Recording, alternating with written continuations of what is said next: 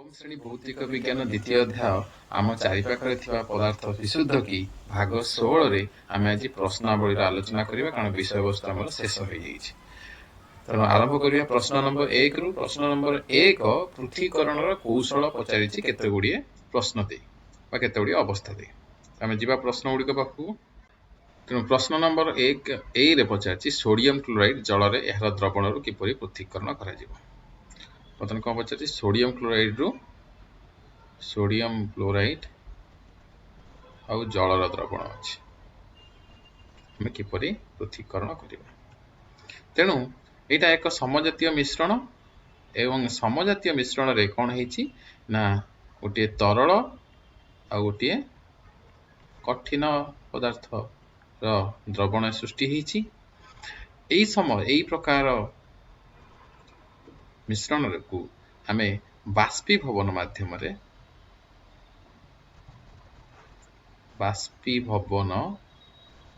रे पृथक्करण करि परिबा। अर्थात आमे कोन करि परिबा लुण पानी को नै कोनोसी गोटे चीना माटी रे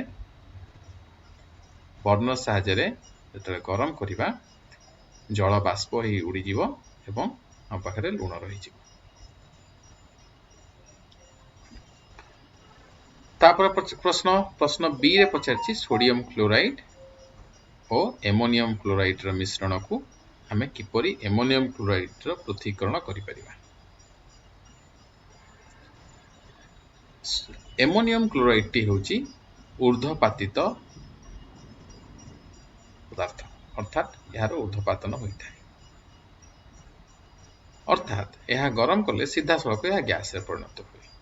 तेणु आमे कोन करिबा ना सोडियम क्लोराइड आ एमोनियम क्लोराइड को मिश्रण को पृथक करिया कले आमे ऊर्ध्वपातन पद्धति अवलंबन करिबा। कोन अवलंबन करिबा ऊर्ध्वपातन।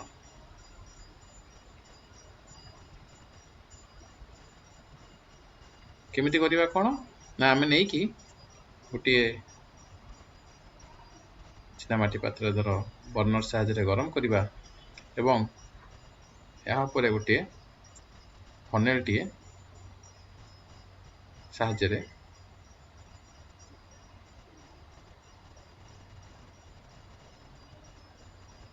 जतबेले एमोनियम क्लोराइड बाष्प हो जीवो ताको एटी ठंडा कले ता पुनी कठिन रे परिणत हेबो। एई बडी भाबे हम एमोनियम क्लोराइड को सोडियम क्लोराइड रो पृथक करि परिबा। गोटे कार रो इंजिन आ ई पद्धति होची ऊर्ध्वपातन। गोटे कार इंजिन तेल रे रहि जाइतबा छोट छोट धातु खंड मानकर पृथक्करण। तने इंजिन तेल होची तरल पदार्थ आ सेतिरे छोट छोट धातु खंड अर्थात कठिन पदार्थ अछन जो माने कि द्रवणीय नुहंती। तेणु एमानको साधारणतः परिश्रवण बा छाणी हमें पृथक करि परिबा। केउ पद्धति परिश्रवण बा छाणी। फूल पाखुड़ा निर्यासरु अर्थात फूल पाखुड़ार को भिन्न भिन्न प्रक्रिया माध्यम रे सेतिरु बाहर करथार रस को विभिन्न वर्णकणा अर्थात पिगमेंट निर्यासरु वर्णकणा को हमें क्रोमाटोग्राफी हम पढ़िथिले क्रोमाटोग्राफी प्रक्रिया द्वारा पृथक करि परिबा। क्रोमा अर्थात रंग ग्रीप शब्द। दहीरु लोहणी को किपरि पृथक करिबा पढ़िथिले केन्द्रापसारण पद्धति द्वारा यह होई परिबो।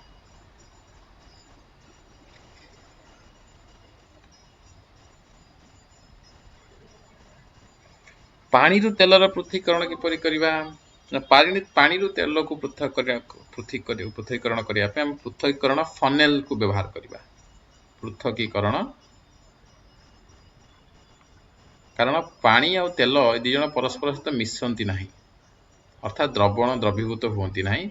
तो सेमानक मिश्रण को अलग करिया पे पृथक्करण फनेल रो व्यवहार करिबा।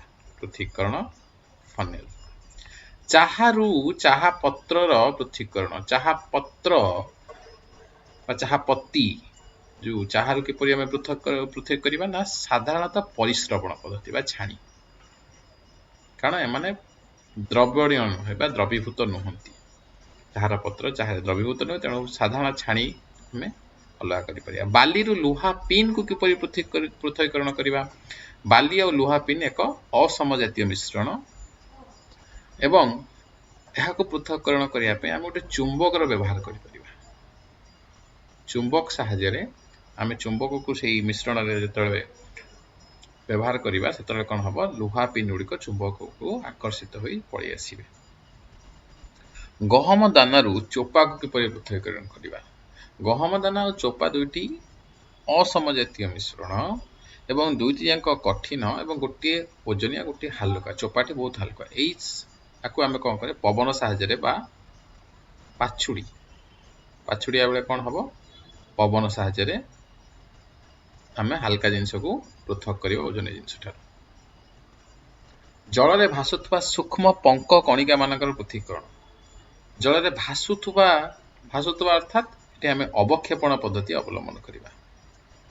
ଅବକ୍ଷେପଣ ପଦ୍ଧତି ଅର୍ଥାତ୍ ଏଗୁଡ଼ିକ କିଛି ସମୟ ପାଇଁ ଛାଡ଼ିଦେଲେ ଏହା ତଳେ ଆପେ ଆପେ ବସିଯିବ, ପଙ୍କଟି ତଳେ ଆପେ ଆପେ ବସିଯିବ। ତେଣୁ ଏଠି ଆମେ କ'ଣ କରିବା ନା ଅବକ୍ଷେପଣ ପଦ୍ଧତି ବ୍ୟବହାର କରି ଏହି ପଙ୍କକୁ ଜଳରୁ ପୃଥକ କରିବା। ତେଣୁ ଏହି ଭାଗରେ ଆମେ ଭିନ୍ନ ଭିନ୍ନ ପୃଥକୀକରଣ ପ୍ରକ୍ରିୟା ପ୍ରଶ୍ନ 1ଟି ଆଲୋଚନା କଲେ। ଏହା ପର ଭାଗରେ ଅନ୍ୟ ପ୍ରଶ୍ନ ଗୁଡ଼ିକ ଆଲୋଚନା କରିବା। ଆଜି ପାଇଁ ଏତିକି।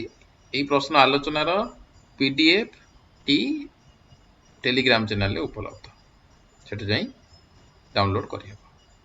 ଧନ୍ୟବାଦ।